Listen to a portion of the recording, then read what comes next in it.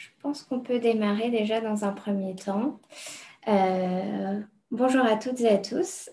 Bienvenue dans ce second webinaire spécial SEPH, Semaine européenne pour l'emploi des personnes handicapées, organisé par la Fédération des ESH dans le cadre de son fonds paritaire de formation des ESH et qui sera animé et co-animé par le cabinet TH Conseil et notamment par Guy Tisserand, que vous pouvez voir à l'écran.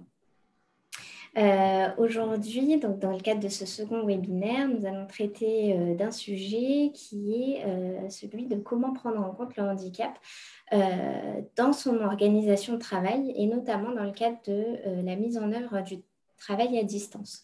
Ce qu'il faut savoir, c'est qu'effectivement, les ESH comptent 50% des personnes en situation de handicap en qualité de gardiens d'immeubles et d'employés d'immeubles. Donc, ils sont amenés à évoluer constamment, dans le cadre du... Enfin, on peut parler de management à distance, ils ont du management à distance, mais effectivement, là, dans le contexte précis de la crise sanitaire qui nous incombe aujourd'hui, on se rend compte que beaucoup de fonctions au sein des ESH, et notamment administratives, sont amenées à évoluer et à travailler à la maison, en télétravail, en travail à distance. Et dans ce cadre-là, il se pose la question de savoir, moi, en tant qu'employeur, quels sont mes droits et devoirs concernant en tout cas tous les aménagements de poste de mon salarié en situation de handicap. On va revoir en tout cas quelques notions, notamment liées à la compensation raisonnable. Je laisserai Guy détailler tout ça, qui va justement vous présenter tous ces éléments-là et va revenir effectivement sur les droits et devoirs en tant qu'employeur. Avant de démarrer, vous l'avez vu, vous avez la possibilité de poser des questions, de réagir, faire des remarques via le chat. N'hésitez pas à nous les faire remonter. Pour ma part, je me chargerai de faire le porte-parole auprès de Guy Tisserand et de poser vos questions. Et puis, voilà, on va pouvoir démarrer dans quelques minutes. Avant de laisser la parole à Guy, je me présente. Pour ma part, je suis Sarah Fassi, chargée de mission RH à la Fédération des ESH et notamment également référente handicap pour la Fédération des ESH. Voilà, Guy, je te laisse la parole. Merci Sarah. Bonjour à tous et à toutes, ravi de vous retrouver pour ce deuxième webinaire dans le cadre de la Semaine européenne pour l'emploi des personnes handicapées au sein de la Fédération des entreprises sociales pour l'habitat. Pour ce qui me concerne, donc, je suis Guy Tisserand, je suis le cofondateur et le président de TH Conseil. Donc, TH Conseil est un cabinet de conseil, formation, recrutement, accompagnement et communication spécialisé dans les thématiques du handicap, mais plus largement tout ce qui va toucher la non-discrimination, l'égalité des chances, le management équitable des singularités, on appelle ça de notre côté, en milieu professionnel. Donc, c'est un cabinet qui existe depuis une quinzaine d'années. On intervient donc du coup sur les thématiques liées au handicap, mais aussi sur d'autres sujets plus larges complémentaires comme par exemple l'égalité femmes-hommes ou la non-discrimination liée à l'origine, à l'âge, à l'orientation sexuelle, à la religion, etc. Donc l'idée vraiment de ce cabinet, c'est d'accompagner les employeurs et les personnes concernées d'ailleurs dans toutes les pratiques managériales RH pour éviter toute forme de discrimination et créer des mondes, un environnement professionnel plus inclusif peut-être. Pour ma part, personnellement, je suis donc pas du tout issu du secteur RH ou des sciences sociales. Je suis ingénieur en informatique et mathématiques appliquées et ingénieur en électrochimie et électrométallurgie à l'origine, ce qui fait que j'ai fait une bifurcation un peu conséquente à un moment donné de ma vie, il y a une quinzaine d'années, 16 ans maintenant. Et j'ai donc cofondé ce cabinet qui aujourd'hui compte une trentaine de personnes, qui est basé en région lyonnaise. Et on travaille depuis de nombreuses années avec la Fédération des ESH, puisque ça doit faire maintenant plus de 10 ans en fait qu'on intervient au sein avec les ESH pour accompagner les politiques, notamment en matière de handicap. Voilà, en complément rapidement pour ce qui me concerne aussi, j'ai été sportif de haut niveau. Alors, ça ne se voit pas là, de prime abord à l'écran, mais je suis une personne handicapée moi-même. Je me déplace en fauteuil roulant. Et donc, j'ai été sportif de haut niveau pendant une vingtaine d'années en tennis de table handisport. J'ai participé 4 fois aux Jeux paralympiques de 84 à 96 en étant médaillé d'or à Séoul en 88, à Barcelone en 92 et à Atlanta en 96, ce qui m'a permis de pas mal voyager et de voir un peu comment le sujet du handicap était appréhendé et pris en compte dans le monde. Alors, je ne prétends pas avoir une vision exhaustive de ce qui se passe dans le monde, mais disons d'avoir des regards un peu croisés sur différentes situations en fonction des pays, etc. Donc, c'était aussi très intéressant. Et j'ai également écrit un livre qui s'appelle Le handicap en entreprise, contraintes ou opportunités, et dont le sous-titre est Vers un management équitable de la singularité, qui a été publié en 2012 et qui synthétise beaucoup de choses sur l'approche qu'on peut proposer aux entreprises sur le sujet. Voilà. Très rapidement, on peut brosser un descriptif un petit peu de ce parcours. Donc aujourd'hui, le cabinet intervient à la fois en matière d'études, de conseils, de formation, de communication, de recrutement. L'idée étant d'apporter une vision un peu transversale sur ces sujets-là et donc d'aider les entreprises à mieux appréhender les thématiques de la prise en compte notamment du handicap en milieu professionnel. Alors, ce deuxième webinaire a pour thème principal d'aborder comment prendre en compte le sujet du handicap en milieu professionnel, mais en particulier dans le cadre du travail à distance. Alors, quand on parle de travail à distance, comme l'a dit Sarah, au sein des ESH, le travail à distance, c'est presque une pratique classique, puisque effectivement, il y a de nombreuses personnes, notamment les gardiens et gardiennes d'immeubles et puis les employés d'immeubles, qui, par construction, on va dire, sont déjà dans des logiques de management à distance, puisqu'ils sont dans des environnements relativement isolés et que leur manager n'est pas sur le même site ou la même localisation géographique qu'eux. Donc la question du travail à distance est une question qui est déjà très classique d'une certaine manière dans les ESH.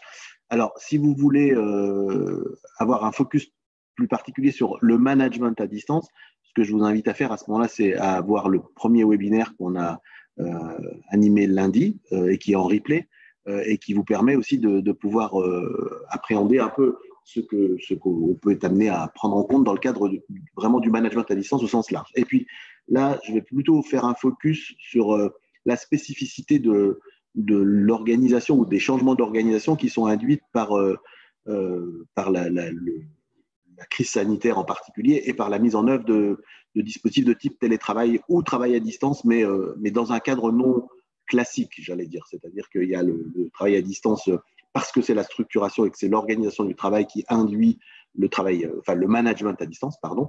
Et puis, il y a le travail à distance à proprement parler qui consiste à dire, je suis normalement dans un environnement de travail qui est celui de mon entreprise.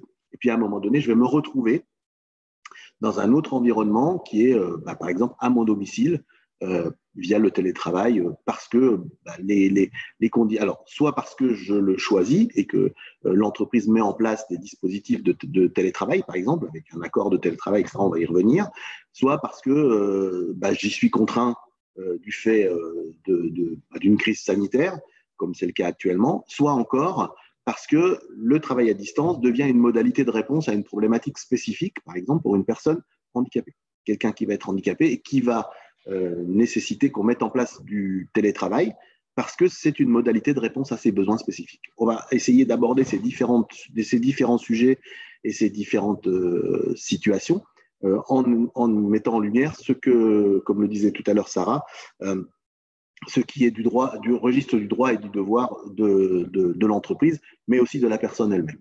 Donc, c'est un petit peu le cadre de cette intervention de ce matin. Comme ça a été évoqué aussi, n'hésitez pas à interagir avec le chat si vous avez des questions complémentaires ou des points spécifiques. Alors, ce que je voudrais faire pour commencer, c'est peut-être rappeler les grands principes de la prise en compte notamment du handicap, mais plus largement de tout ce qui est singularité en milieu professionnel et les problématiques que ça peut être amené à poser. Et du coup, les points de vigilance qu'il faut essayer d'avoir si on veut prendre en compte la situation de handicap en particulier de manière correcte dans la durée. indépendamment pour l'instant de l'aspect télétravail ou travail à distance, je vais faire un petit focus pour rappeler un peu les fondamentaux du sujet et puis ensuite faire un zoom plus spécifique sur ce que ça induit en matière de télétravail ou de travail à distance. Alors, ce que je vais vous proposer, c'est de faire un petit jeu pour commencer, de débuter sur un petit jeu. J'espère que vous allez bien vouloir vous y prêter. Alors, je ne vous vois pas pour la majorité d'entre vous, donc je vais supposer que vous allez le faire. Je vais vous demander si vous en êtes d'accord de vous mettre debout, tous et toutes. Voilà. Toi aussi, Sarah. Vu que je te vois, je peux. Voilà. Et très rapidement, juste quelques secondes, pour vous amener à essayer de faire un petit exercice d'imagination. Je vais vous inviter à, on va dire, vous imaginez que vous venez d'être téléporté instantanément sur une planète sur laquelle, à part vous, donc une douzaine de personnes, la totalité de la population mondiale est en fauteuil roulant. Moi, je suis en fauteuil roulant et tous les gens sont en fauteuil roulant, sauf quelques personnes comme vous, parce que vous êtes atteint d'une maladie génétique très très rare qui s'appelle l'antifauteuilite aiguë. C'est-à-dire, en gros, vous ne pouvez pas vous mettre en fauteuil roulant. Voilà. Bon, c'est bon, vous êtes bien imaginé la situation. Alors, pour continuer et pour que ce soit confortable pour vous, je vous en prie, asseyez-vous. Voilà. Alors, vous êtes donc sur ma planète, vous êtes singulier, puisque vous êtes dans une situation de minorité, puisque la majorité des gens sont dans une situation qui est je suis en fauteuil roulant, et vous êtes minoritaire, puisque vous n'avez pas la possibilité de vous mettre en fauteuil. Alors, bien évidemment, ça veut dire que dans cette pathologie que vous avez, l'antifauteuilite aiguë, vous ne pouvez pas vous mettre en fauteuil. C'est pas juste que vous avez choisi de ne pas l'être et que vous avez une capacité supplémentaire, c'est que vous avez une capacité de moins qui est de vous mettre en fauteuil roulant. D'accord ? Et vous êtes en recherche d'emploi. Donc, vous postulez dans une entreprise qui est la mienne, d'accord, et vous proposez votre candidature à cette entreprise. Alors, je suis obligé de vous le dire, et ne le prenez pas personnellement, ça n'a rien à voir avec vous en particulier, mais vous êtes quand même très très mal barré au départ. Ça commence mal pour vous. Pourquoi ? Parce qu'en fait, vous allez postuler dans mon entreprise, et moi, je vais vous considérer comme relativement bizarre, en fait. C'est-à-dire que, étant donné que vous n'êtes pas comme moi et que moi, je connais souvent et majoritairement des gens qui me ressemblent, le fait que vous ne me ressembliez pas va me poser un certain nombre de questions. La première question, c'est de me dire oulala, mais comment vont-ils se comporter ? Comment sont-ils, ces gens-là ? On connaît la formule qui consiste à dire ces gens-là, on range les gens dans une catégorie et on les appelle, on va dire, ces gens-là. Voilà. Ces gens-là, comment vont-ils réagir ? D'autant plus que, pas de chance pour vous, vraiment, ce n'est pas votre jour de chance aujourd'hui. J'ai déjà eu l'occasion de croiser des gens qui étaient dans votre situation et ça s'est très mal passé. Bon, mes premières expériences avec des personnes qui vous ressemblent, on va dire, se sont mal passées. Et donc, va se passer en moi probablement un phénomène assez classique, qui est un phénomène dit de généralisation. Je vais vous attribuer une catégorie, je vais vous mettre dans la catégorie, alors en l'occurrence dans ma planète, c'est vous qui êtes les personnes handicapées, donc je vais vous mettre dans la catégorie des personnes handicapées et je vais en tirer une généralité parce que j'ai eu une expérience malheureuse. Et donc, je vais, par phénomène de globalisation, généralisation, risquer d'avoir sur vous ce qu'on appelle des préjugés, des stéréotypes qui vont déclencher chez moi ce qu'on appellera aussi des biais. Alors, des biais, c'est quoi ? Ce sont finalement les comportements que je vais avoir, non pas en fonction de ce que vous êtes, mais en fonction de ce que je suppose que vous êtes. Donc, la problématique numéro 1 qu'on va rencontrer dans le domaine du handicap, mais plus largement de tout ce qui est singularité, diversité, ça va être le phénomène des préjugés, stéréotypes, biais. Alors, de quoi parle-t-on quand on parle de ça ? En fait, on va parler de je me fais une idée de quelqu'un, non pas en fonction de ce qu'il est, mais en fonction de ce que je préjuge qu'il est, parce que je le range dans une catégorie et que j'attribue à cette catégorie un certain nombre de caractéristiques. Alors, nous fonctionnons tous, nous les êtres humains, sur ce principe, systématiquement. Pourquoi ? Parce que le cerveau humain, il a besoin de faire des raccourcis. Il a besoin de ce qu'on appelle des raccourcis cognitifs. D'ailleurs, si vous partez dans la montagne, par exemple, un jour, et puis que vous vous retrouvez perdu et que vous êtes dans un environnement un peu dangereux, etc., votre cerveau, la première chose qu'il va faire, s'il fait très froid, il va concentrer toute son énergie à 2 organes majeurs, le cerveau, le cœur. l'énergie va être en priorité attribuée au cerveau et au cœur. Donc, le cerveau, il a besoin de beaucoup d'énergie, et si on peut économiser de l'énergie en faisant des raccourcis, eh bien, nous, les êtres humains, on est bien contents. Donc, en fait, ce phénomène de raccourci, il est naturel. Il est d'autant plus naturel que finalement, quand on veut échanger entre nous, si je vous parle aujourd'hui et que mes paroles vous sont intelligibles, c'est parce que vous représentez le sens des mots que j'utilise. Donc la notion de représentation est quelque chose d'indispensable à l'interaction sociale. Si par exemple, vous n'aviez aucune représentation, ce que je dirais n'aurait aucun sens pour vous. Donc le fait qu'on ait le principe de la représentation mentale est quelque chose d'absolument incontournable à l'interaction sociale. Là où ça commence à devenir un problème, c'est quand cette représentation, par phénomène de généralisation, va devenir un stéréotype. C'est-à-dire quand on va attribuer à une personne un certain nombre de caractéristiques, non pas parce qu'on a démontré ou parce qu'on a constaté qu'il avait ou qu'elle avait ces caractéristiques, mais parce qu'on l'a rangé dans une catégorie qui, soi-disant, comporte toutes ces caractéristiques. Alors, on peut dire ça, si on dit le mot handicap, si on dit le mot âge, si on dit le mot couleur de peau, si on dit le mot genre, etc. Mais si on dit même le mot métier, etc., on va obtenir exactement ce phénomène de représentation qui peut assez rapidement se dériver en stéréotype. Je donne un exemple souvent quand j'interviens au sein des ESH, je donne souvent un exemple qui est que quand on a commencé à travailler avec les ESH sur la thématique du handicap, la première chose qu'on nous a dite quasiment, c'était de nous dire non, mais le handicap chez nous, au sein des ESH, c'est pas possible. Parce que vous comprenez, le métier au sein des ESH, c'est employé d'immeuble ou gardienne d'immeuble.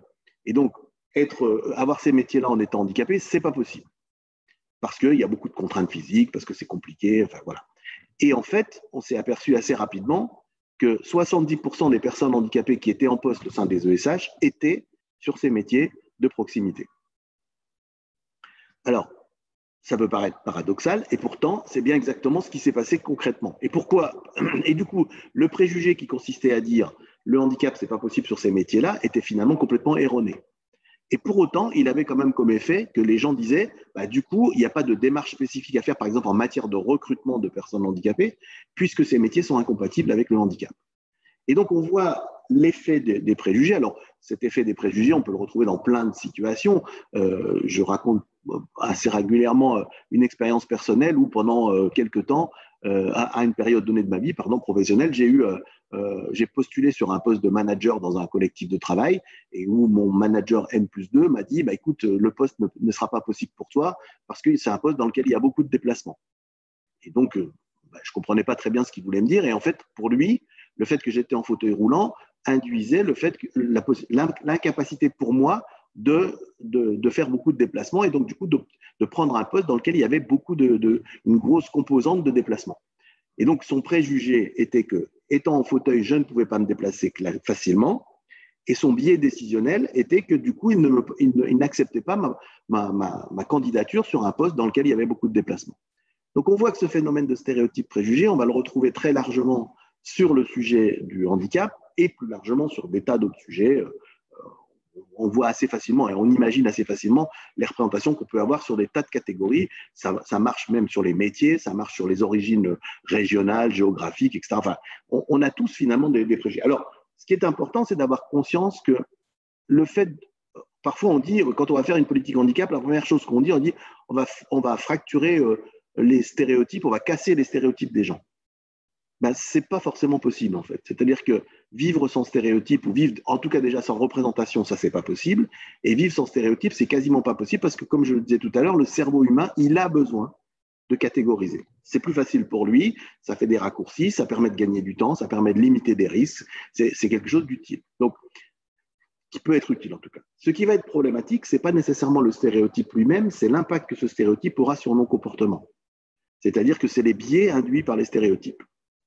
Alors, si on veut avancer sur ces sujets de non-discrit, il va falloir s'interroger sur ce phénomène stéréotype, préjugé, biais. Essayer de faire en sorte, non pas de ne plus avoir de stéréotypes, mais de faire en sorte que nos stéréotypes n'induisent pas chez nous trop de comportements biaisés. Et ça, ce n'est pas naturel et facile forcément. Donc ça veut dire qu'il va falloir travailler là-dessus. Et alors, quand on va commencer à appréhender le sujet du travail à distance, on va s'apercevoir qu'il y a de multiples stéréotypes qui vont s'additionner. Exemple, on a dans beaucoup d'entreprises encore jusqu'à avant le confinement et même encore aujourd'hui, beaucoup d'entreprises ont beaucoup de préjugés sur le télétravail, par exemple, en considérant que les gens qui sont en télétravail ne travaillent pas, par exemple, ou que les gens qui souhaiteraient être en télétravail vont forcément être moins productifs, moins efficaces, voire moins impliqués dans leur travail que les autres. C'est des préjugés qui existent. Alors, je ne dis pas que c'est le cas de toutes les personnes, mais chacun a ses propres préjugés. Et les sujets, notamment autour du télétravail, on le constate encore aujourd'hui, sont encore très connotés avec beaucoup d'a priori autour de ces notions-là. On peut aussi avoir le préjugé, par exemple, que quelqu'un qui va être en télétravail ou qui a besoin de télétravail dans le cadre, par exemple, des conséquences de son handicap, va être quelqu'un qui va être nécessairement plus fragile que les autres. Donc, on peut être amené peut-être à le surprotéger ou à ne pas, encore une fois, comme je l'exposais tout à l'heure par rapport à ma situation personnelle, ne pas oser lui donner un métier avec une forte pression ou une composante de travail importante parce que, on va dire, étant donné qu'il a besoin de télétravail, c'est que probablement il faut le protéger un peu et ça peut aussi partir d'une intention positive en disant je vais être dans la protection de la personne. Mais tant qu'on n'a pas identifié réellement ce que cette personne est et les impacts que sa situation peut avoir sur elle, toute conclusion hâtive sur la situation est du registre du préjugé. Donc le préjugé stéréotype biais, c'est la base du premier niveau de discrimination qui peut exister, ce qu'on appelle la discrimination directe. Alors pour autant, cette discrimination directe n'est pas nécessairement volontaire, voire consciente. C'est-à-dire qu'il y a des tas de situations dans lesquelles on va avoir un préjugé et un biais, mais sans avoir une intention discriminante ou sans avoir une intention d'exclusion. Mais l'effet que ça peut avoir, ça peut être un effet d'exclusion. Je vais vous donner un petit exemple pour illustrer ce propos. Imaginons que vous marchiez sur le trottoir et que vous alliez vers votre bureau le matin, et que là, vous arrivez à un carrefour dans lequel vous avez une personne aveugle qui semble avoir besoin d'un coup de main pour traverser la rue. Eh bien, vous pouvez peut-être être amené à vous dire je pense que ce serait bien que je lui propose mon aide, mais j'ose pas parce que, par exemple, la dernière fois que j'ai proposé mon aide à quelqu'un qui était dans une situation similaire, ça s'est mal passé. Et donc, par phénomène de généralisation, je vais m'interdire de proposer mon aide parce que je vais me référer à une expérience malheureuse du passé et que du coup, je ne proposerai pas mon aide. Or, cette personne avait peut-être besoin d'aide parce que ce n'est pas la même personne, ce n'est pas le même jour, ce n'est pas la même situation. Et donc, le fait de ne pas proposer son aide parce qu'on a eu une expérience malheureuse, c'est du registre du préjugé. Ça n'a pas pour vocation à discriminer la personne explicitement, je veux dire. En revanche, ça a un effet, on va dire, si ce n'est de discrimination, au moins de traitement inadapté, de biais, parce que le comportement que je vais avoir n'est pas un comportement associé à la réalité de la situation, mais c'est un comportement associé à un préjugé, un a priori que je vais avoir du fait d'une expérience passée.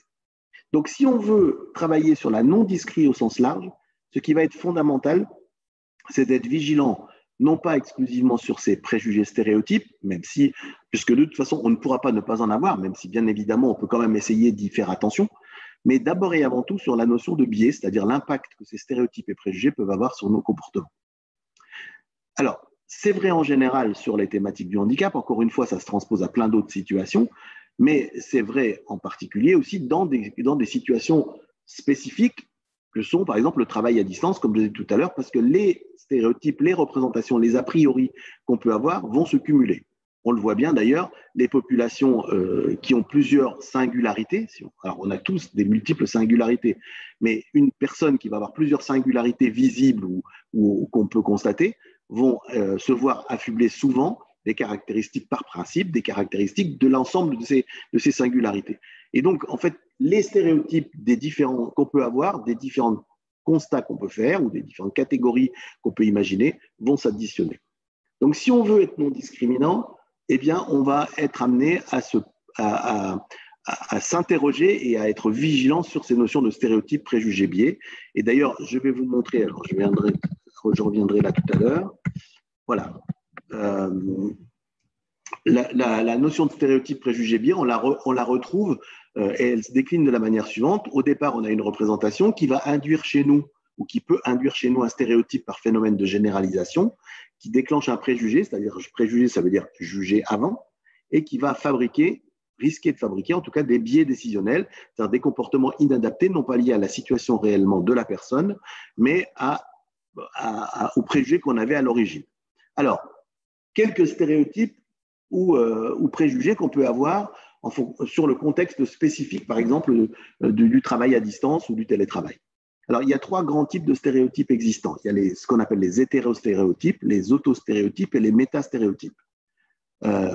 Les hétérostéréotypes, c'est les stéréotypes qu'on a sur les autres personnes. Donc, premier exemple qu'on peut prendre pour comprendre le phénomène d'hétérostéréotype, c'est, par exemple, la représentation, c'est la période de confinement est une période moins chargée en quantité de travail. Alors, on l'a formulé comme ça, on pourrait le formuler en disant les gens qui sont en télétravail s'impliquent moins ou travaillent moins. Il y a aussi d'autres préjugés qui existent. Mais si on prend celui-là de préjugés, la période de confinement est une période moins chargée en quantité de travail. C'est une représentation. Le stéréotype, c'est les personnes seront donc moins fatiguées à leur retour de confinement. Le préjugé, c'est elles vont pouvoir produire davantage à leur retour.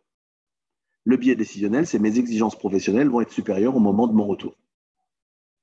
Ça, c'est un premier type de stéréotype qu'on va rencontrer. Alors, on pourrait l'extrapoler, c'est juste pour illustrer le propos, hein, mais c'est la première nature de stéréotype qu'on rencontre, c'est les hétérostéréotypes. Le deuxième, ça va être ce qu'on appelle les métastéréotypes. Donc, les métastéréotypes, ça va être les stéréotypes qu'on a sur les stéréotypes que les autres ont sur nous. C'est un petit peu compliqué.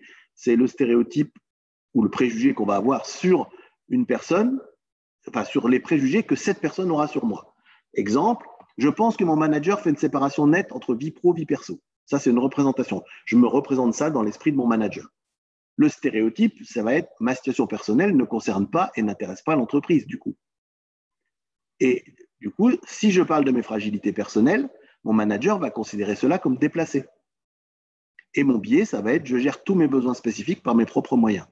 Autrement dit, je me retrouve en télétravail. Le télétravail est un environnement dans lequel on est plutôt dans un lien entre pro et perso. Comme on considère qu'il y a une séparation absolue à avoir entre le pro et le perso, je n'ai pas à évoquer ma situation personnelle. Alors, c'est vrai sur le sujet du handicap, mais on retrouve exactement la même logique sur, par exemple, les gens qui ont des enfants en bas âge. On a vu beaucoup de problématiques de gestion du télétravail sur les personnes qui avaient des enfants en bas âge, en tout cas notamment pour le premier confinement, et qui se sont retrouvés à ne pas l'évoquer, ou des managers qui ont découvert à cette occasion-là, de manière un peu fortuite, le fait qu'une personne était en grande difficulté personnelle dans son environnement personnel de travail, dans son environnement de télétravail, parce que ça n'avait jamais été évoqué auparavant. Pourquoi ? Parce qu'en fait, on partait du principe, le préjugé était qu'il n'y a aucun lien entre la vie perso et la vie pro. Et donc, du coup, le risque, c'est que je gère tous mes besoins spécifiques par mes propres moyens et je me mets en difficulté. Et ça peut réenclencher de nouveaux préjugés. C'est-à-dire, étant donné que je suis en difficulté, ma production, ma capacité de production va être plus faible. Et le préjugé qui peut être induit derrière, c'est, je vous l'avais bien dit, que les gens qui sont en télétravail travaillent moins que les autres. Et donc, il faut être très vigilant à l'objectivation des situations pour être sûr que si je fais un constat, ce n'est pas lié à finalement une situation que j'ai mal analysée ou à un préjugé que je pouvais avoir, mais bien à la réalité de la situation, que j'ai bien pris en compte ces différents éléments. Ça, ce sont les métastéréotypes. Et puis, le troisième type de stéréotype qui existe, c'est ce qu'on appelle les autostéréotypes. Donc, en tant que manager, par exemple, je sais gérer les problématiques de mes collaborateurs. Donc, les managers sont des personnes solides, puisqu'on sait gérer les problèmes des autres. Donc, les managers savent gérer leurs besoins spécifiques par leurs propres moyens, puisqu'ils sont capables de gérer les besoins de leurs collaborateurs. Ils doivent être par définition capables de gérer leurs propres besoins. Donc, je ne prévois pas d'exprimer mes besoins, car je dois savoir les gérer par moi-même. Et du coup, moi, en tant que manager, je peux me mettre en difficulté aussi. Ça, c'est l'autostéréotype, c'est les stéréotypes qu'on va avoir sur soi-même. Alors, ça peut paraître paradoxal de parler de stéréotypes qu'on a sur soi-même, et pour autant, ça arrive très fréquemment. Donc, ce qui est important quand on veut être dans une logique d'ouverture, de management équitable, de non-discrimination, etc., ça va être de construire la vigilance de tout le monde sur le sujet sur la compréhension des phénomènes de préjugés, stéréotypes, biais. Alors, ne pas avoir de stéréotypes ou de préjugés, ça n'est pas possible. En revanche, être vigilant sur les biais que ça induit chez nous, ça, c'est tout à fait possible.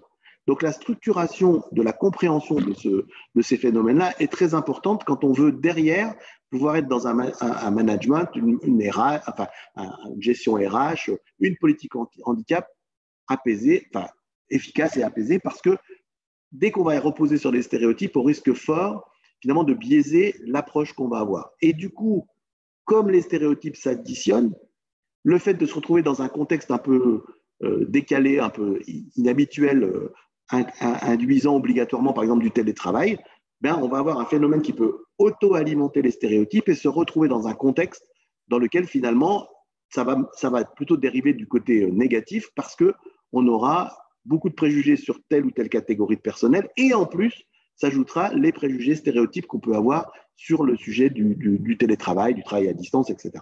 Donc, la compréhension de ce phénomène va induire qu'on va pouvoir éviter peut-être, en tout cas essayer d'éviter, les impacts en matière de biais de tous les stéréotypes que peut avoir sur les catégories de population, mais aussi sur l'organisation du travail et sur la particularité du contexte de crise. Les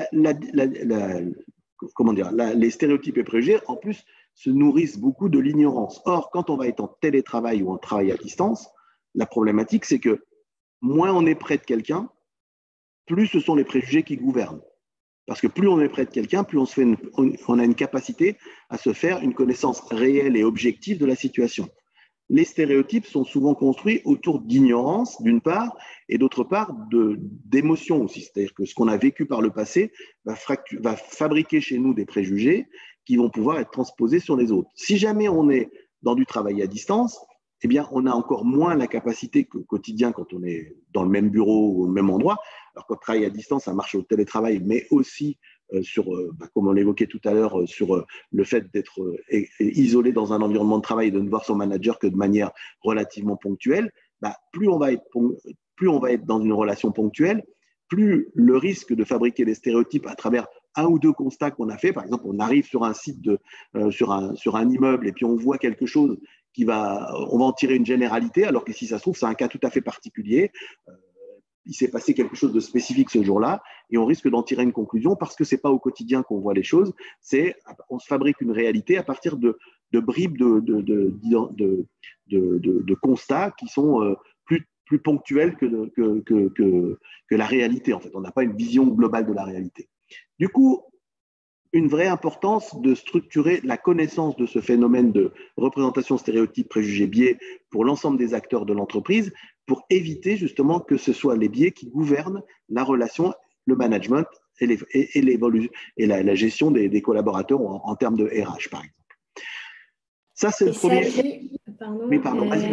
Oui, et ça, Guy, c'est vrai que c'était des choses que tu as largement présentées aussi lors du premier webinaire qu'on a animé cette semaine, qui était dédié effectivement donc, au management à distance d'une personne handicapée et notamment effectivement un webinaire à destination des managers. Donc c'est vrai que ça peut être aussi un moyen, comme tu le rappelais dans le premier webinaire, déconstruire justement les préjugés et les stéréotypes, c'est pas évident. Néanmoins, ça passe par de la pédagogie, ça passe par la redite, ça passe effectivement par l'acculturation, etc. Ça passe aussi par la formation. Donc, si jamais effectivement vous souhaitez en tout cas pouvoir sensibiliser vos managers à ces notions justement de stéréotypes, préjugés et biais décisionnels, n'hésitez pas à leur relayer le premier webinaire qu'on a pu animer donc ce lundi 16 novembre pour pouvoir leur en faire part. Le lien étant disponible, je vous le remettrai aussi à l'issue du webinaire.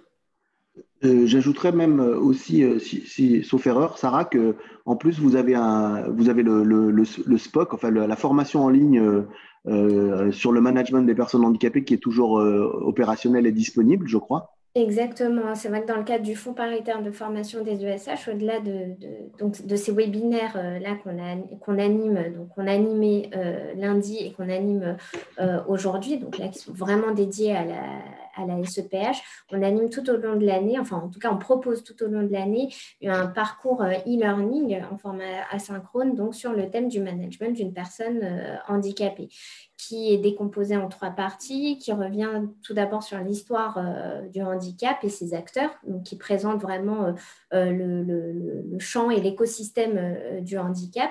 Ensuite, qui revient sur toutes ces notions de compensation qu'on va être amené aussi à détailler aujourd'hui. Donc, qu'est-ce que la compensation, comment la mettre en œuvre, etc. Et puis enfin, une 3e partie qui traite du management au quotidien. Donc, c'est vrai que c'est un module e-learning puis il est facile en fait de proposer à l'ensemble des managers des ESH, qui est totalement en plus pris en charge par le fonds paritaire et que chaque manager peut faire à son rythme.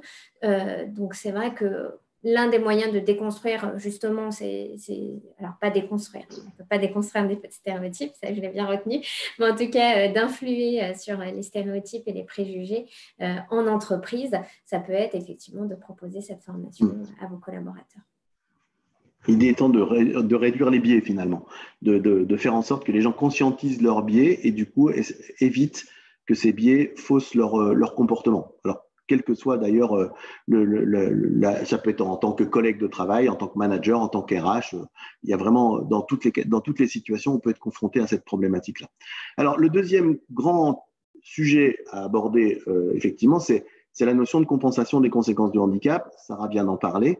Alors, encore une fois, cette notion-là, on va voir qu'elle est largement transposable au-delà du sujet du handicap, mais que c'est intéressant d'en comprendre la substance, notamment dans le cadre du handicap, qui est une bonne illustration finalement de la situation de ce qu'on appellera le management équitable. Alors, de quoi parle-t-on quand on parle de compensation des conséquences du handicap?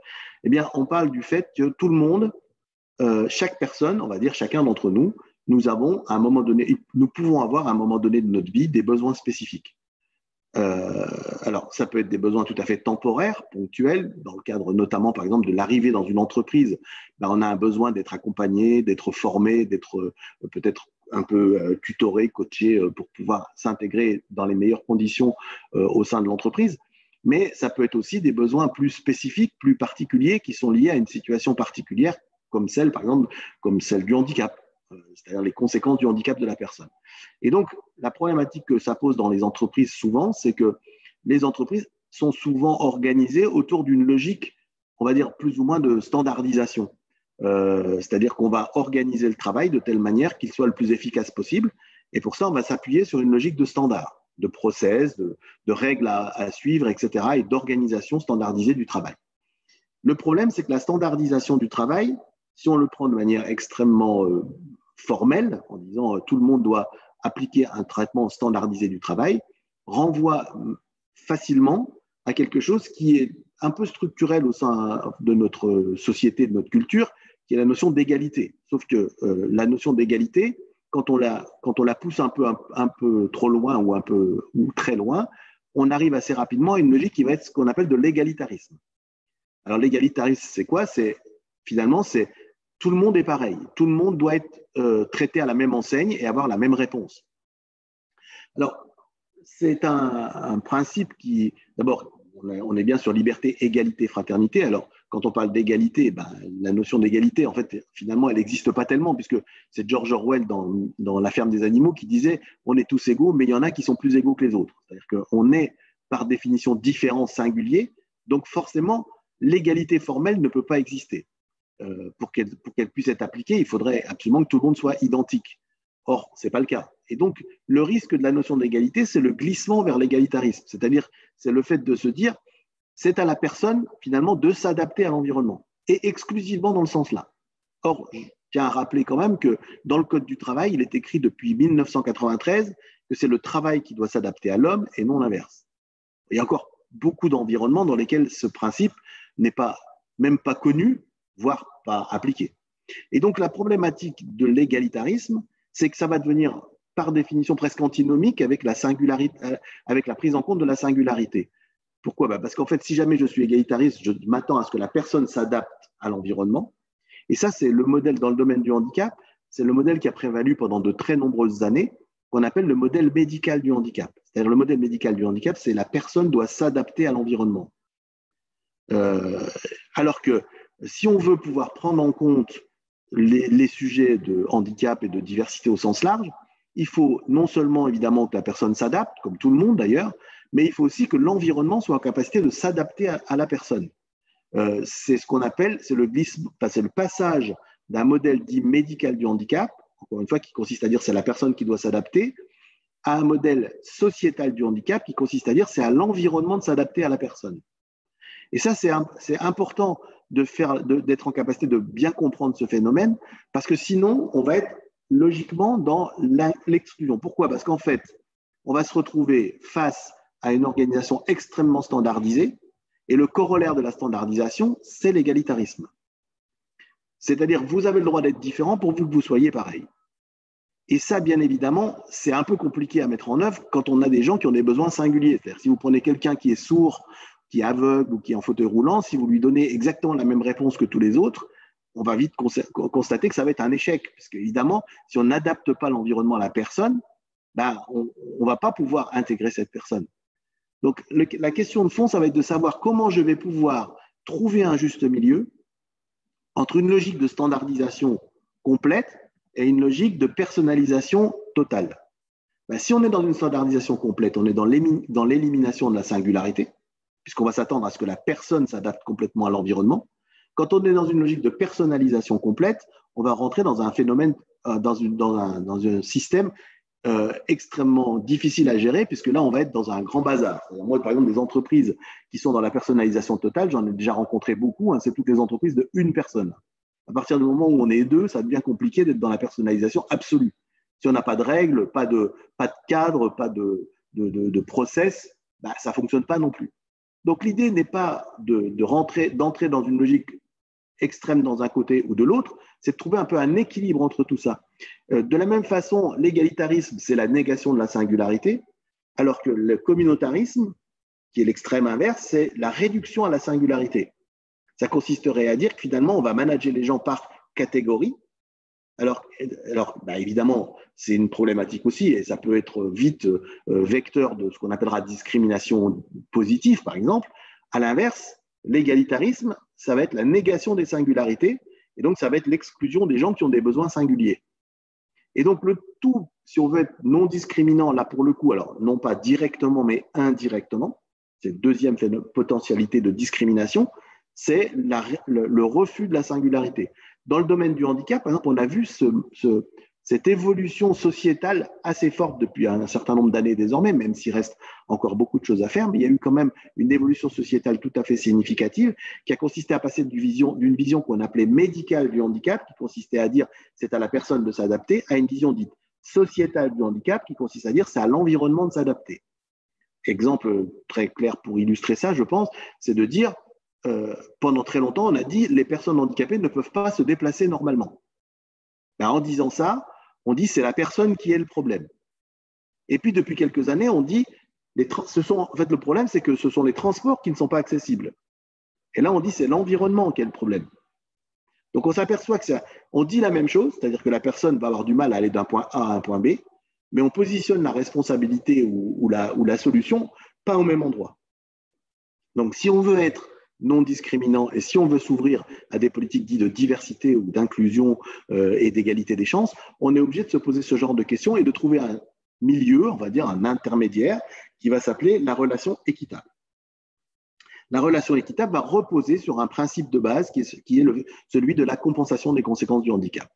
Alors, des conséquences du handicap, mais on va s'apercevoir que finalement, manager une personne handicapée, c'est manager une personne singulière, ça devrait juste être un pléonasme. Et donc, du coup, la réflexion sur le handicap peut se transposer sur la réflexion au management et à la gestion RH au sens large, c'est-à-dire comment je fais en sorte de prendre, et là on va arriver dans un autre élément qui est important, dans une limite raisonnable, c'est la question du raisonnable qui va aussi interroger la réponse, dans une limite raisonnable, c'est-à-dire, alors on va me dire, oui, raisonnable, mais qu'est-ce que ça veut dire? Ça veut dire que l'effort à faire pour compenser, adapter l'environnement, aménager le travail ne doit pas être disproportionné. Ça peut paraître un peu théorique, mais en réalité, c'est la loi de 2005, par exemple, sur le sujet du handicap, le concept central de cette loi, c'est la notion d'aménagement raisonnable, aménagement non disproportionné, compensation raisonnable, on l'appelle un peu comme on veut, mais cette notion de compensation raisonnable va permettre de s'interroger sur la notion d'équité. Alors, l'équité, c'est quoi? C'est je constate que vous avez un besoin spécifique, je vais y répondre de manière spécifique pour vous et pas nécessairement pour tout le monde. Je vais y répondre en vous donnant une réponse adaptée à votre contexte, dans une logique non raisonnable, c'est-à-dire non disproportionné, avec un effort qui va être supportable par l'ensemble des parties prenantes, vous-même, l'environnement de travail, le collectif de travail, le manager, etc., et l'entreprise, de telle manière que vous soyez en capacité d'avoir une égalité des chances, c'est-à-dire avoir les mêmes chances que les autres d'atteindre le même résultat avec le même effort. C'est la base de la prise en compte du sujet du handicap en milieu professionnel. Ça veut dire qu'on est en capacité de faire une réponse personnalisée à un besoin spécifique. Alors, j'illustre très souvent ce propos en expliquant, par exemple, que quand je suis à Paris, donc, par exemple, moi j'habite à Lyon et je dois aller à Paris. Premier cas de figure, je vais y aller en train. La première chose à savoir, c'est que le train n'est pas accessible aux personnes en fauteuil roulant. Alors, du coup, pas spontanément. Et donc, quand je prends le train, je vais devoir, on va dire, solliciter un service spécifique qui s'appelle Accès Plus et arriver une demi-heure avant le départ du train. Ça va donc me demander un effort spécifique. Cet effort spécifique va me prendre du temps, de l'énergie, de la concentration, etc. Et donc, ça va s'appeler la compensation des conséquences de mon handicap portée par moi-même. Si, dans un deuxième exemple, je recrute quelqu'un qui est sourd dans un collectif de travail, forcément, ça va demander probablement à ses collègues de travail d'avoir un effort spécifique de communication, d'interaction, d'organisation du travail pour compenser les conséquences du handicap de cette personne. Ça va leur demander un effort, cet effort de compensation, ça va être, si on refuse et qu'on dit on est dans l'égalitarisme, le risque, c'est qu'on va être dans l'exclusion de la personne, puisque c'est elle qui va devoir compenser en totalité, et ça va devenir assez rapidement impossible pour elle, voire incompatible avec l'activité elle-même.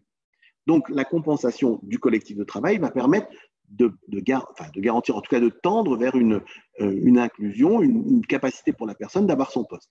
Troisième possibilité, c'est que, je reviens à mon exemple initial, j'arrive à Paris, je dois aller rue Lord Byron, par exemple, la fédération, les transports en commun parisiens n'étant pas accessibles, je vais être amené à devoir prendre le taxi. La norme dans l'entreprise peut être de dire non, non, les gens doivent tous prendre les transports en commun. Sauf que moi, je n'ai pas le choix, je ne peux pas faire autrement. Et donc, l'entreprise peut être amenée à me dire ok, on a compris, vous avez un besoin spécifique, on va le compenser par une réponse adaptée qui est on vous autorise, vous et pas les autres, à prendre le taxi. Donc, on s'aperçoit qu'on a une réponse dénormalisée, non standardisée, qui va être appliquée à moi et que pour autant, on ne sera pas dans le registre de la discrimination positive. Pourquoi? Parce qu'en fait, c'est une réponse à un besoin spécifique lié à ma situation particulière. Et ce besoin spécifique, il est une réponse à ce qu'on appelle un non-choix de la personne. C'est-à-dire, moi, je n'ai pas d'alternative possible, je ne peux pas prendre le métro. En revanche, quand je suis à Lyon, où tous les transports en commun sont accessibles, alors il n'y a pas de raison particulière pour que je prenne le taxi par rapport aux autres. Pourquoi? Parce que j'ai le même choix que tout le monde. Et donc, la notion de compensation, c'est quelque chose qui va interroger sur le choix ou le non-choix de la personne. Et l'idée de compenser va être de rétablir l'égalité des chances et donc le choix de la personne et son autonomie. Donc, la notion de compensation est absolument fondamentale dans une relation dite équitable. La question, c'est que cette compensation doit être également, non seulement équitable, non seulement répondre à un non-choix de la personne, mais en plus doit être raisonnable, c'est-à-dire qu'il faut que l'effort à faire pour compenser ne soit pas disproportionné par rapport à l'environnement. Alors, par rapport à moi-même, parce que si moi-même, l'effort de compensation que je supporte est disproportionné, je vais me mettre en danger, je risque d'aggraver ma situation, ma pathologie, etc. Deuxièmement, il ne faut pas que ce soit disproportionné par rapport à l'environnement de travail, au collectif de travail, notamment aux managers, aux collègues de travail, etc. Parce que sinon, ça va devenir disproportionné pour eux, donc insupportable dans la durée. Ça ne fabriquera pas une relation dite durable. Et ça doit être forcément non disproportionné pour l'entreprise. On le constate par exemple au sein des ESH, quand une personne par exemple ne peut plus faire une ou deux des tâches qui permettent la récupération des charges, là, est-ce que ça devient raisonnable pour l'entreprise de maintenir? C'est une vraie question. Il y a des entreprises qui réfléchissent beaucoup et il y a des solutions trouvées, mais en tout cas, c'est une question la notion de raisonnable va se poser à ce moment-là. Donc, la notion de compensation raisonnable est la base du management équitable des singularités. Vrai sur le sujet du handicap, mais vrai sur des tas d'autres situations. Si on prend la parentalité, la maternité, l'origine, avec les problématiques de langue, par exemple, on le retrouve parfois aussi au sein des ESH, les gens qui ne parlent pas bien la langue, le fait de leur proposer une formation en matière en français, par exemple, peut être une compensation d'une singularité qui peut, si on ne la prend pas en compte, poser difficulté. Mais si on la compense, ça peut résoudre, ou en tout cas réduire fortement la problématique induite. Et donc, la notion de compensation raisonnable, c'est une notion qui a été créée au départ dans le cadre de la loi sur le handicap, mais qui s'applique beaucoup plus largement, potentiellement, à des situations. Donc là, on voit un petit schéma qui explique cette notion de compensation de manière extrêmement simple, mais aussi très parlante. Dans l'image de gauche, on constate que là, on est sur une réponse égalitariste. Donc la réponse égalitariste, c'est à chacun la même réponse. On s'aperçoit là qu'il y a des gens qui sont exclus. Sur les 3 personnages, il y en a un qui voit très bien le match, un deuxième qui le voit à peu près, et le troisième qui voit rien du tout. Donc si on est dans une réponse égalitariste, on voit qu'on a des gens qui sont exclus. Si on est dans le schéma du milieu, on s'aperçoit qu'en répondant autrement et de manière spécifique à des particularités, en compensant finalement une situation handicapante, on va être amené à pouvoir permettre à chacun d'avoir une participation. Et à droite, on est même dans un modèle qui est le modèle d'accessibilité universelle où on constate qu'en enlevant la barrière, il n'y a même plus besoin de compenser. Mais on ne peut pas nécessairement enlever toutes les barrières parce que si on prend l'exemple du trouble psychique, de la surdité, etc., on peut faire tout ce qu'on veut, ce n'est pas pour autant qu'on va réussir à enlever complètement toute la barrière. Donc, la réussite d'une politique non discriminante va passer par la conjugaison de l'accessibilité et de la compensation. Voilà. Alors, les compensations, je ne vais pas rentrer trop dans le détail par rapport à ça, mais il y en a plusieurs types, il y en a 4 grands types, ce qu'on appellera les compensations techniques humaines, c'est-à-dire tout ce qui va être aménagement de poste de travail, fauteuil ergonomique, écran plus large, etc. Tout ce qui va être organisation du temps de travail, donc tout ce qui est les horaires, le télétravail, là on va y revenir maintenant au télétravail, etc. Et tout ce qui va être temps de travail, productivité et capacité de production.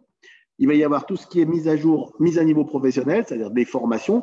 Par exemple, quelqu'un qui est gardien d'immeuble et qui devient inapte à son poste de travail, le fait de lui proposer une reconversion professionnelle pour trouver un autre métier, ça s'appelle de la compensation aussi. Et la partie manager-tuteur spécialiste, qui peut être l'accompagnement individuel des situations particulières, notamment par exemple dans le cadre du handicap psychique, mais pas que. Voilà. Donc, du coup, on va revenir maintenant au sujet plus spécifique du télétravail. Donc, la singularité, on l'a déjà évoqué, donc je ne vais pas revenir particulièrement là-dessus. Donc, le télétravail, qu'est-ce que c'est? Alors, le télétravail, c'est d'après l'article L22-9 du Code du travail, le télétravail désigne toute forme d'organisation du travail dans lequel un travail qui aurait également pu être exécuté dans les locaux de l'employeur est effectué par un salarié hors de ces locaux de façon volontaire en utilisant les technologies de l'information et de la communication. On entend donc par télétravail toute forme de travail à distance, s'effectuant notamment via une connexion Internet. Alors, là, on voit bien que le télétravail est une sous-partie du travail, le management, par exemple, du télétravail, c'est une sous-partie du management à distance, parce que le management à distance, ça induit qu'il y a pas une localisation commune entre le manager, par exemple, et la personne. De même, en termes de RH, on peut avoir les mêmes logiques. En revanche, le télétravail, ce qu'on appellera télétravail, c'est plutôt le fait de travailler soit de chez soi, soit comment on appelle ça, des espaces de coworking, etc. Donc, c'est le fait de délocaliser finalement un travail qu'on avait l'habitude de faire dans les locaux de l'entreprise. Donc là, en l'occurrence, par rapport au sujet de la crise sanitaire, très clairement, on a été amené dans beaucoup d'entreprises à mettre en place du télétravail ou du travail à distance, alors sur des postes ou sur des métiers qui n'étaient pas de prime abord considérés comme ouverts ou dans des entreprises qui ne mettaient pas jusqu'alors en place de télétravail. Alors, la particularité là qu'on peut spécifier entre le télétravail et le travail à distance, c'est qu'on parle ici est effectué par un salarié hors de ses locaux de façon volontaire. Là, dans le cadre de la crise sanitaire, le sujet du volontariat n'a pas été pris en compte puisque on n'était plus dans un choix d'aller vers du télétravail, mais bien dans une contrainte d'appliquer du télétravail. Alors après, il y a des gens pour lesquels c'était plutôt positif, mais ce n'est pas nécessairement exactement la même situation que ce qu'on appelait jusqu'alors le télétravail. Donc, dans le cadre du travail à distance, il va y avoir, ce qui est important, c'est de comprendre qu'il peut y avoir plusieurs entrées sur la notion de télétravail. Il y a le travail à distance télétravail qui est mis en place dans certaines entreprises. Donc, déjà, avant même la crise du Covid et la crise sanitaire plus globalement, on avait des entreprises qui avaient déjà mis en place du télétravail. Elles l'avaient mis en place par des dispositifs qu'on appellera des dispositifs de type QVT, qualité de vie au travail, dans le cadre d'accords de télétravail, par exemple. Et donc, certaines entreprises s'étaient ouvertes au télétravail en disant, ben voilà, on peut mettre en place un accord de télétravail avec X jours de télétravail maximum par personne et par semaine, pour tel ou tel poste et pas pour tel ou tel autre poste, etc. Donc, il y a des règles qui avaient été appliquées. Donc, ces règles sont celles du fonctionnement, j'allais dire, classique de l'entreprise quand on n'est pas dans une période de crise sanitaire. On va y revenir juste après, mais on va voir qu'en fonction de la situation de la personne, la réponse n'est pas nécessairement absolument identique. Le travail à distance de type ou télétravail de type QVT, qualité de vie au travail, ce sont des dispositifs collectifs qui s'appliquent avec un certain nombre de règles qui ont été négociées entre les différents partenaires sociaux de l'entreprise et qui s'appliquent finalement à tout le monde de manière relativement uniforme, moyennant évidemment la prise en compte des particularités qu'il y a dans l'accord de télétravail. La deuxième source de travail à distance, on l'a dit tout à l'heure, c'est la gestion de crise. Là, en l'occurrence, la mise en place du télétravail n'a pas été une conséquence d'une volonté, par exemple, de mise en place d'une politique de qualité de vie au travail, mais plutôt une réponse obligatoire, finalement contrainte, subie, liée à la logique du confinement. Alors, pas sur tous les métiers, bien évidemment, mais enfin, sur un certain nombre de métiers, tous les métiers qui étaient potentiellement qu'on pouvait ouvrir au télétravail ont été transposés, enfin, en tout cas, une bonne partie d'entre eux, dans une logique de télétravail. Donc, on voit qu'il y a déjà deux entrées différentes. La première, c'est la question du côté un peu volontariste de l'entreprise en matière de télétravail. Et la deuxième, c'est le côté un peu défensif de la mise en œuvre du télétravail, qui est la gestion de la crise. Donc, c'est intéressant de voir que le premier est souvent cadré par un accord.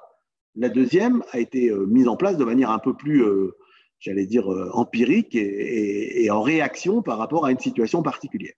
Donc, ça, c'est important. Alors, ensuite, dans la gestion anticipative, alors, il y a la gestion anticipative et la réponse à la crise. Dans la gestion anticipative, il y a deux possibilités aussi. La première, c'est accord de télétravail ou QVT, comme je viens de l'évoquer, donc des mesures égalitaires apportant les mêmes droits à tout le monde. Poste concerné, nombre de jours de télétravail, etc. La deuxième, qui est vraiment le cœur un petit peu de la spécificité qu'on voulait aborder ce matin, c'est la notion associée à la compensation du handicap, compensation des conséquences du handicap. Alors, qu'est-ce que ça signifie? Ça signifie qu'on l'a vu tout à l'heure, la compensation est une réponse spécifique à un besoin particulier. Quand on va mettre en place la compensation des conséquences du handicap, ça veut dire qu'on constate que la situation de la personne induit un besoin de télétravail, une nécessité de télétravail. Pourquoi? Parce que la personne a une fatigabilité importante, des problèmes de transport, une incapacité à prendre les transports en commun, un tas de situations dans lesquelles ça n'est pas le fait de dire on va développer la qualité de vie au travail où on va promouvoir le télétravail comme un outil à destination de tous les collaborateurs. Là, on est dans la réponse spécifique à un besoin particulier. Donc, il faut bien faire le distinguo entre les deux parce que les règles à appliquer ne sont pas les mêmes. Quand on est dans un accord de télétravail de type QVT, les règles qui s'appliquent sont des règles négociées au sein de l'entreprise, entre les partenaires sociaux de l'entreprise. Par exemple, le nombre de jours, les postes ouverts ou pas, etc. Quand on est dans le registre de la compensation des conséquences du handicap, les règles de l'accord collectif ne s'appliquent pas. Alors, quand je dis qu'elles ne s'appliquent pas, elles s'appliquent pour toutes les personnes handicapées qui n'ont pas besoin de télétravail comme compensation des conséquences de leur handicap. Mais elles ne s'appliquent pas pour la compensation des conséquences du handicap. C'est-à-dire, si on présume par exemple qu'un poste de travail n'est pas ouvert au télétravail, ça va être dans l'accord collectif en disant tel poste de travail n'est pas ouvert au télétravail. En revanche, et on a le droit de le dire, on a le droit de dire ce poste-là, je ne l'ouvre pas.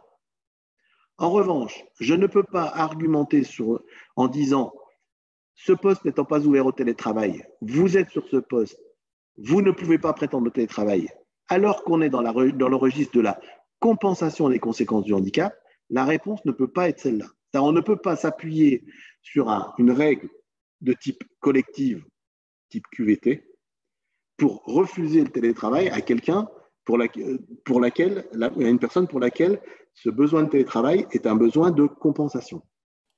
Et Guy, peut-être une question aussi qui peut intéresser oui. notre auditoire. Dans cette logique de compensation, si jamais une personne handicapée souhaite mais doit bénéficier finalement du télétravail pour pouvoir compenser son handicap, quel est le rôle et le champ d'action du médecin du travail à ce niveau? Est-ce que celui-ci peut en tout cas imposer un nombre de jours ou une articulation? Je vais terminer par le rôle du médecin du travail.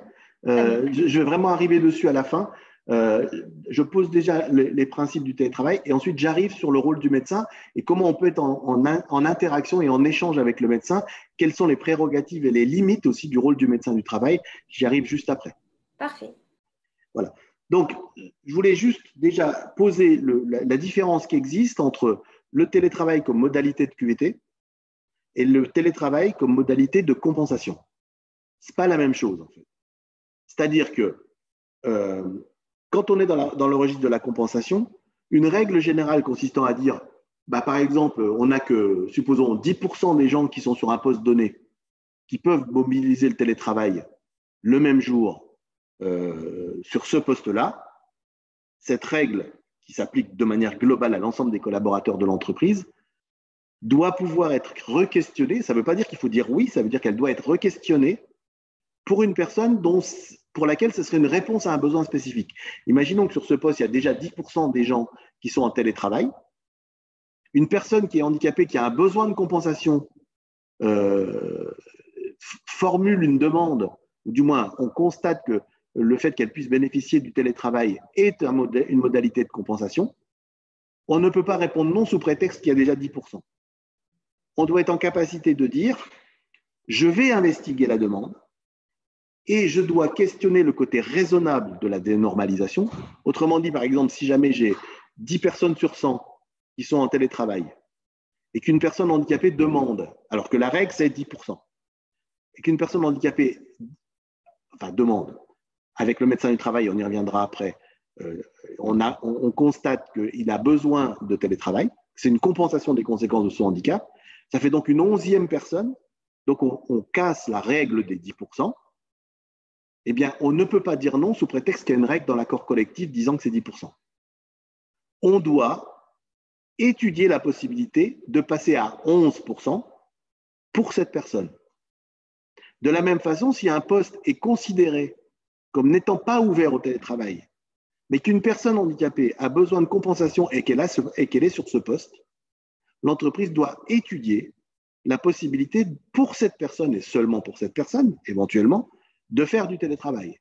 Et si elle dit non, elle doit pouvoir argumenter sur le côté non raisonnable du télétravail pour cette personne, sur ce poste. C'est-à-dire que ça n'est pas une règle générale.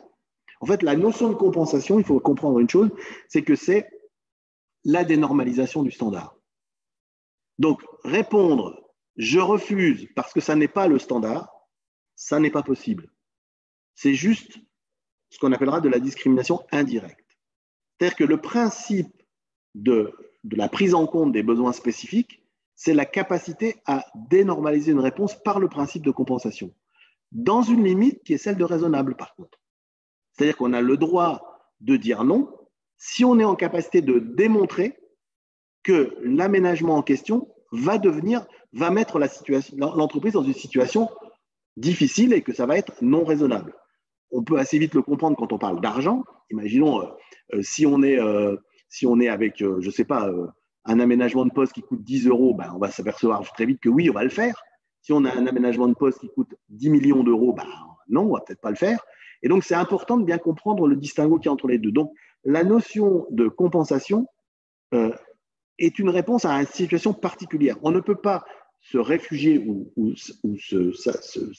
s'appuyer sur des décisions ou sur des règles collectives d'un accord pour répondre non à quelqu'un qui a un besoin de compensation, soit sur un poste qui n'est pas prévu à l'origine pour pouvoir être ouvert au télétravail, soit parce qu'on a déjà trop de gens en télétravail. Ça n'est pas possible, en fait.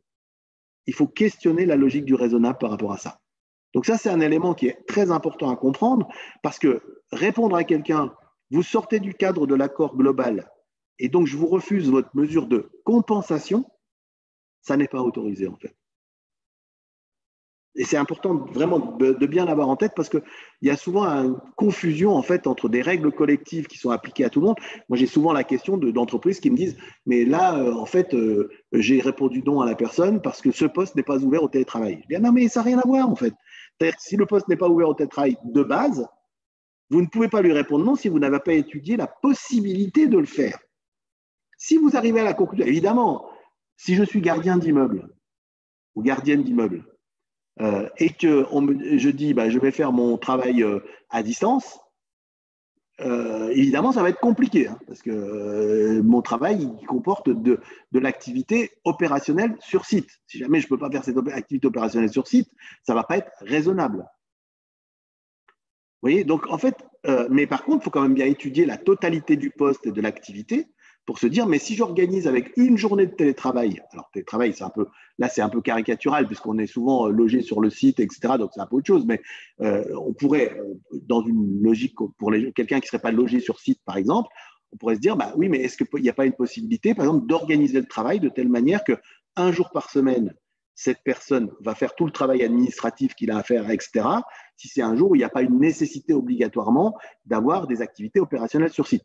C'est juste de la théorie, hein. Je ne dis pas que c'est quelque chose qu'il faut appliquer, mais c'est juste pour montrer la logique qu'il faut chercher la solution avant de répondre non.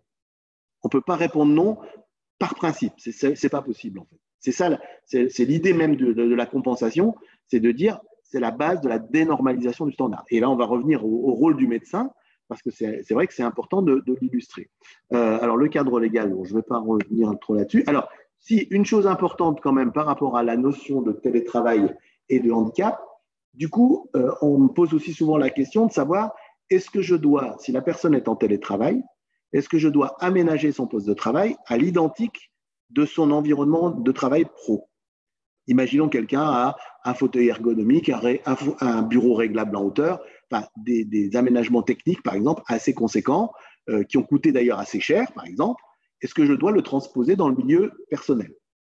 Donc, le principe général du télétravail et de la compensation dit oui, les compensations doivent être mises en œuvre.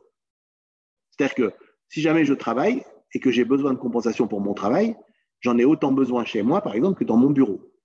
Ça paraît logique. En revanche, il y a on rejoint toujours la notion de raisonnable derrière. C'est-à-dire qu'évidemment, s'il faut aménager, si par exemple l'aménagement du poste de travail sur l'environnement professionnel coûte 100 000 euros, j'exagère évidemment, mais c'est juste pour illustrer le propos, remettre encore 100 000 euros pour aménager le poste de travail dans l'environnement personnel, ça va questionner la notion de raisonnable. Si ça n'est pas raisonnable, j'ai le droit de dire non. C'est toujours la même logique. En revanche, je dois avoir questionné le côté raisonnable pour savoir si oui ou non, ça l'est. C'est-à-dire que ce n'est pas un principe de base de dire dès que je ne veux pas transposer les aménagements dans l'environnement personnel. Ça, on ne peut pas faire ça. En revanche, on peut dire est-ce que cet aménagement est raisonnable ou non? S'il ne l'est pas, je ne le fais pas. Alors, bien évidemment, ça va dépendre d'un élément fondamental, c'est si la personne elle est en télétravail une demi-journée par semaine ou 4 jours par semaine, la question n'est pas de même nature. Le côté raisonnable ne sera pas le même si on est en télétravail une demi-journée par semaine ou 4 jours par semaine. Exemple, si jamais, indépendamment du télétravail, si jamais j'ai un aménagement de mon poste de travail avec un fauteuil ergonomique, etc., et que j'ai une réunion de travail dans un autre service pendant 2 heures, je ne vais pas dire, je vais aménager l'environnement de travail en achetant un fauteuil ergonomique spécialement pour cette réunion de 2 heures, parce que ça ne serait pas raisonnable. Alors on va dire, mais comment on sait que c'est raisonnable? On mesure un peu l'équilibre entre l'impact en matière de budget, de coût, d'impact, d'effort qu'il y a à faire et la contrepartie en termes d'enjeux, d'intérêt que ça va avoir. Il y a une dose évidemment de subjectivité là-dedans, mais si on veut avoir une approche non discriminante, on doit au moins se questionner sur cette notion de raisonnable et ne pas considérer que dès que je dois dénormaliser un standard, c'est pas raisonnable. Ça, non, ça marche pas. En revanche, dire ah oui, mais 100 000 euros d'aménagement, c'est pas raisonnable. Ah oui, ça aussi, ça permet d'avoir une limite. Alors, elle n'est pas écrite dans un bouquin, on n'est pas dans quelque chose où on dit c'est comme ça, puis c'est pas autrement. Mais c'est quand même important de garder cette notion de raisonnable en tête. C'est aussi important de comprendre que l'AGFIP, notamment, est un acteur qui permet de rendre plus raisonnables les compensations. Et que vous pouvez mobiliser l'AGFIP, y compris pour les aménagements au domicile de la personne, quand il s'agit de compenser, par exemple, par un écran plus large, par un fauteuil ergonomique, etc. On peut mobiliser l'AGFIP non seulement pour aménager le poste de travail dans l'entreprise, mais aussi pour aménager l'environnement personnel qui devient l'environnement de travail dans le cadre du télétravail. Encore une fois, en fonction de la durée, de l'importance du télétravail, ça va questionner la notion de raisonnable ou pas. Donc voilà, je fais bien le distinguo entre la réponse à la crise, où là il y a eu des mesures aussi spécifiques qui ont été mises en œuvre, le télétravail comme outil de QVT et la compensation des conséquences du handicap. Dans tous les cas de figure, la question de la compensation de l'environnement de travail, des mesures de compensation transposées au domicile de l'environnement de travail, doit se poser. La question du raisonnable doit aussi se poser. Donc voilà ce que je voulais évoquer par rapport à ça. Et du coup, pour conclure, et ensuite ouvrir encore quelques questions si vous le souhaitez, il y a le rôle du médecin du travail. Donc ça, c'est vraiment quelque chose qui est très important. On a déjà eu à plusieurs reprises la discussion avec certaines entreprises du secteur. Quel est le rôle du médecin en fait? Et quelles sont les prérogatives du médecin? Donc, ce qu'il faut avoir en tête, c'est qu'il y a souvent confusion par rapport à ça, notamment en matière de télétravail. Ce que je voudrais montrer par ce petit schéma, c'est que voilà, on part d'une situation dans laquelle il y a quelqu'un qui a des symptômes. Alors, quand je dis des symptômes, on constate quelque chose, il a des besoins spécifiques, donc ça va qui sont liés à une pathologie, un handicap ou une situation particulière. D'accord? Cette pathologie ou ce handicap va générer des conséquences sur l'activité professionnelle. Alors, que ce soit d'ailleurs dans le milieu traditionnel professionnel traditionnel classique ou dans le domaine du télétravail, peu importe. Dans le milieu du travail, les symptômes, les conséquences, la pathologie peuvent déclencher ce qu'on appelle des conséquences. Ces conséquences, elles sont à identifier, c'est son rôle, par le médecin du travail. C'est-à-dire que le médecin du travail est un décodeur qui part d'une pathologie d'un handicap et qui transpose ça, qui transforme ça en conséquences. Pour ça, ça nécessite, en théorie, qu'ils connaissent bien le poste de travail. Parce que pour pouvoir décoder une pathologie ou les conséquences d'une pathologie en matière vis-à-vis d'un environnement de travail, encore faut-il connaître l'environnement de travail. Si on ne le connaît pas, c'est dur de déduire les conséquences d'une pathologie ou d'un handicap sur un travail. Mais en théorie, voilà comment ça devrait fonctionner. Et le rôle du décodeur médecin du travail, en théorie, s'arrête là. Quand je dis s'arrête là, ça veut dire qu'ensuite, on va être sur un travail pluridisciplinaire. Tant qu'on est dans cette zone-là, notamment entre symptômes, pathologie, là, on est dans le registre du secret médical, de la spécificité médicale, etc. L'entreprise ne peut pas questionner cette zone. C'est-à-dire que l'entreprise n'a pas à savoir quelle pathologie la personne a, quel est son handicap, quelle est la nature de son handicap, etc. L'entreprise commence à intervenir quand on est dans le registre des conséquences sur le travail. Et quand on a identifié les conséquences sur le travail, alors les autres décodeurs, que sont notamment la RH, un ergonome, le manager, etc., voire la personne handicapée elle-même, va travailler de concert avec le médecin pour identifier les réponses qu'on peut apporter à ces conséquences. Ces réponses, ça s'appelle la compensation.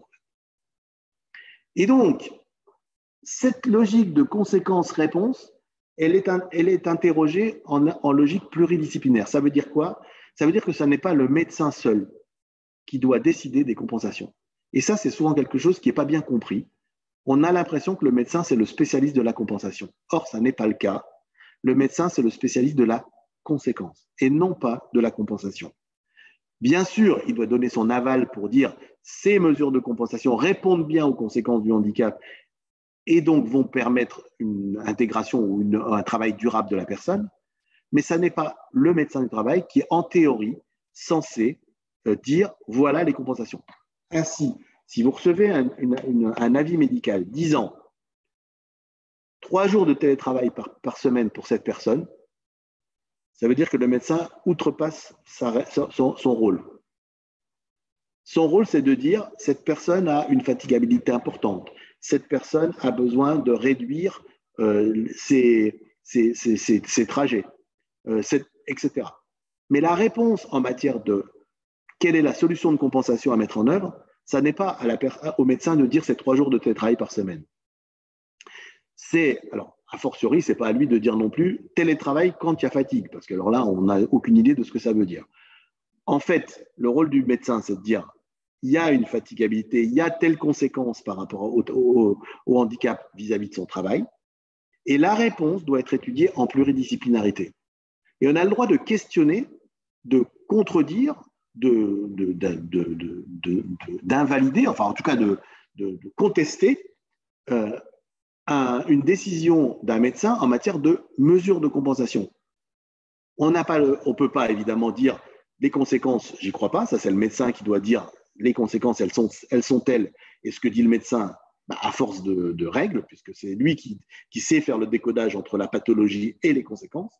En revanche, la réponse elle-même, parce que la réponse, elle peut être multiple. La réponse, elle peut être je me rapproche de mon domicile, elle peut être je fais du télétravail, elle peut être l'entreprise prend en charge un transport adapté, elle peut être multiple la réponse. Elle peut être aussi on prend du coworking, enfin on est muté dans un environnement plus près de chez soi, etc. Donc c'est pas au médecin de dire la réponse c'est le télétravail. Le médecin, il a comme règle, comme responsabilité de dire les conséquences du handicap, c'est ça. Et la pluridisciplinarité doit ensuite permettre de définir quelles sont les réponses adaptées aux besoins spécifiques de la personne. Ça, c'est souvent très mal compris ou très mal connu, y compris d'ailleurs des médecins du travail. Et pour autant, c'est bien une règle, c'est-à-dire on a le droit. Moi, par exemple, ça m'est arrivé une fois d'avoir un salarié de mon entreprise. Le médecin me dit, écoutez, voilà, il faut que la personne, quand elle se déplace 3 jours par semaine, il faut lui donner une récup. Donc, il faut mettre en place un système de récup quand elle se déplace 3 jours par semaine. Je lui dis, mais attendez, moi, ce que je vais faire, c'est que je vais lui donner un poste dans lequel il y a moins de… Enfin, voilà, parce que l'idée, c'était, elle est fatiguée quand elle se déplace beaucoup. Je lui dis, moi, la solution, c'est pas de lui donner une récup, c'est de limiter ses déplacements. Elle me dit, c'est pas ce que je vous ai demandé. Moi, je vous ai demandé de mettre en place un repos compensateur. Je lui dis, non, vous mettez en lumière que le besoin de la personne, ou la problématique, c'est que la conséquence, c'est que quand elle se déplace trop, elle a une trop grande fatigabilité. Donc la réponse, elle peut être effectivement de mettre du repos compensateur, mais elle peut être aussi de réduire les déplacements. Dans la mesure où, évidemment, le poste reste, ça lui fait pas perdre son activité et qu'elle garde son poste, etc., bien évidemment. Mais ça peut être aussi une alternative. Et donc, l'idée de fond, c'est de comprendre que le rôle du médecin, c'est un rôle qui est focalisé sur la notion de conséquence. Et d'ailleurs, en général, quand on est dans cette logique-là, la relation entre la médecine du travail et l'entreprise est beaucoup plus simple. D'ailleurs, si on vous dit, quand vous investiguez les conséquences pour trouver des réponses, si on vous dit vous fracturez le secret médical, la réponse est non. Vous ne fracturez pas le secret médical parce que vous n'interrogez pas la pathologie de la personne ou son handicap. Vous interrogez les conséquences et donc les solutions à apporter qui est de votre ressort à vous. Et c'est bien d'avoir quand on comprend ça, en fait, on peut se positionner vis-à-vis de la relation à la médecine du travail de manière plus sereine. on est capable d'investiguer, de questionner non pas qu'est-ce que cette personne a, ça ne me regarde pas, mais de quoi a-t-elle besoin et comment on peut le compenser.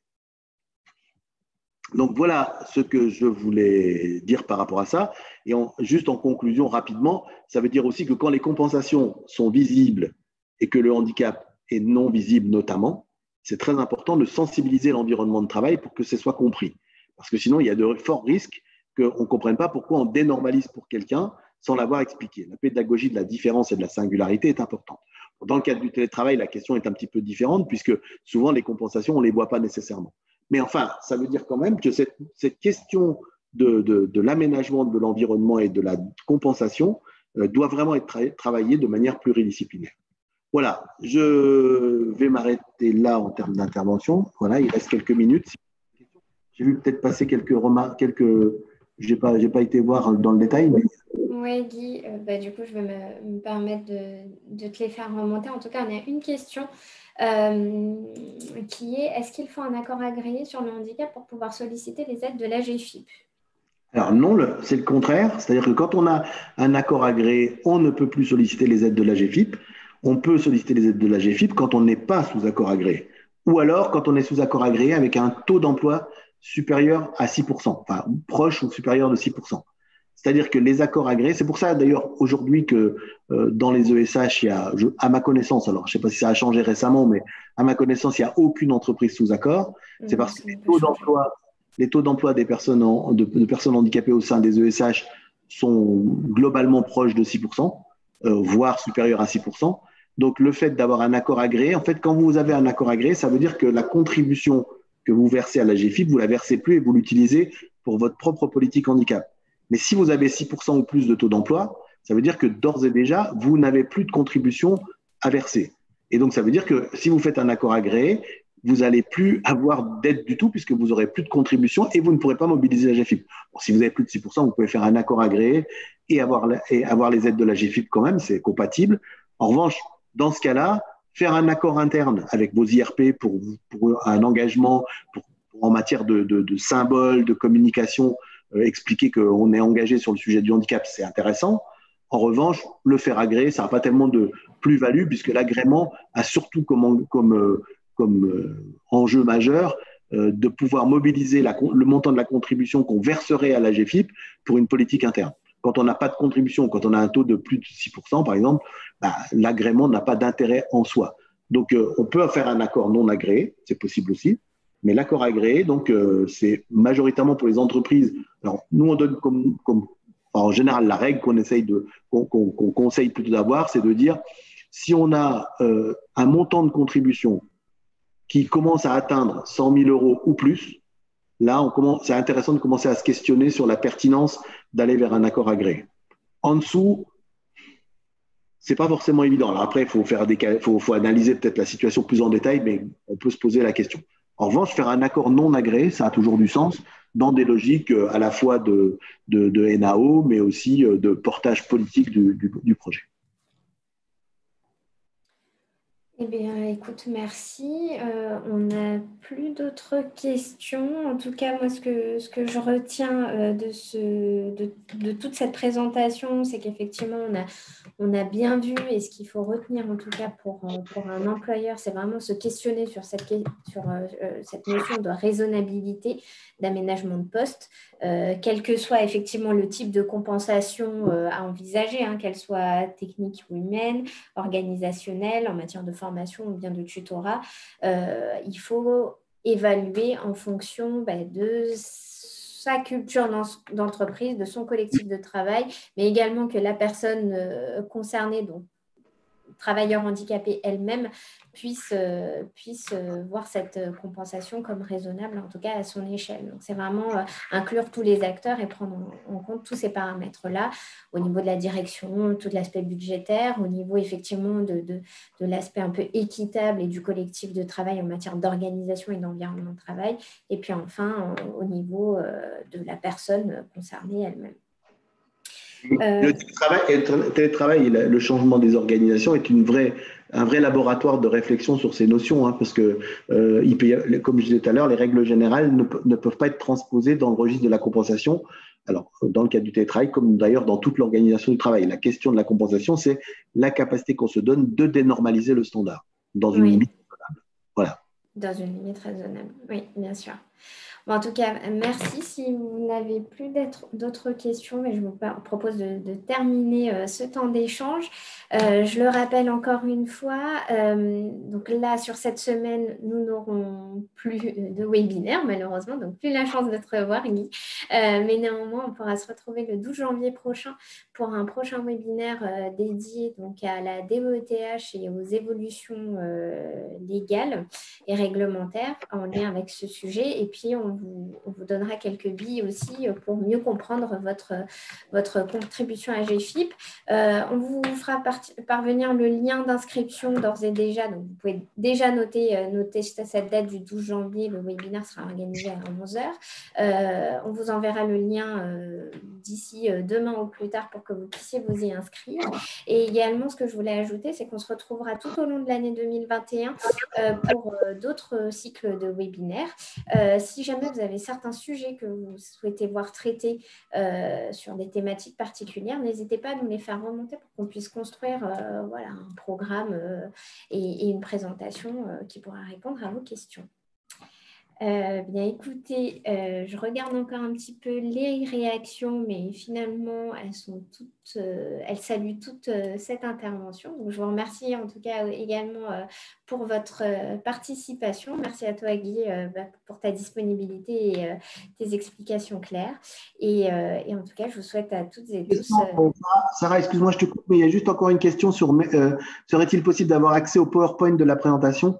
Ah oui, pardon, je ne l'avais pas vu. Effectivement, oui, ce sera totalement possible. Je vous l'enverrai en même temps que le lien vers le replay de ce webinaire. Donc, je vous ferai parvenir les liens vers les replays donc, du webinaire qui a été organisé, je vous regarde plutôt là sur cet écran-là, le lien qui a été organisé ce lundi. Je vous enverrai également le lien vers le replay du webinaire là qu'on a animé.